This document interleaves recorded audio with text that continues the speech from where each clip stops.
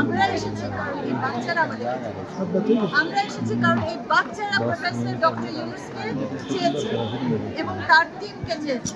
আমরা তার টিম হয়ে আপনাদের সামনে এসে দাঁড়িয়েছি।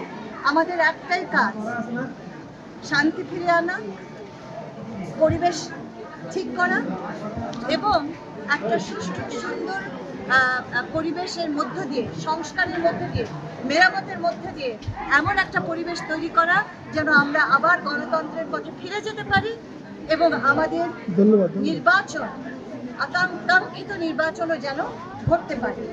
সেটার জন্য 15 দিনের মাথায় যদি আপনারা বলেন সংস্কার দেন, কেউ দিতে পারবে না। 15, 16, 17, 20 বছরের একটা জঞ্জাল আমরা কি দুদিনে শেষ করে দিতে পারবো না। ধৈর্য ধরতে হবে এবং দেখতে হবে, আমাদের উপরে নজর রাখুন।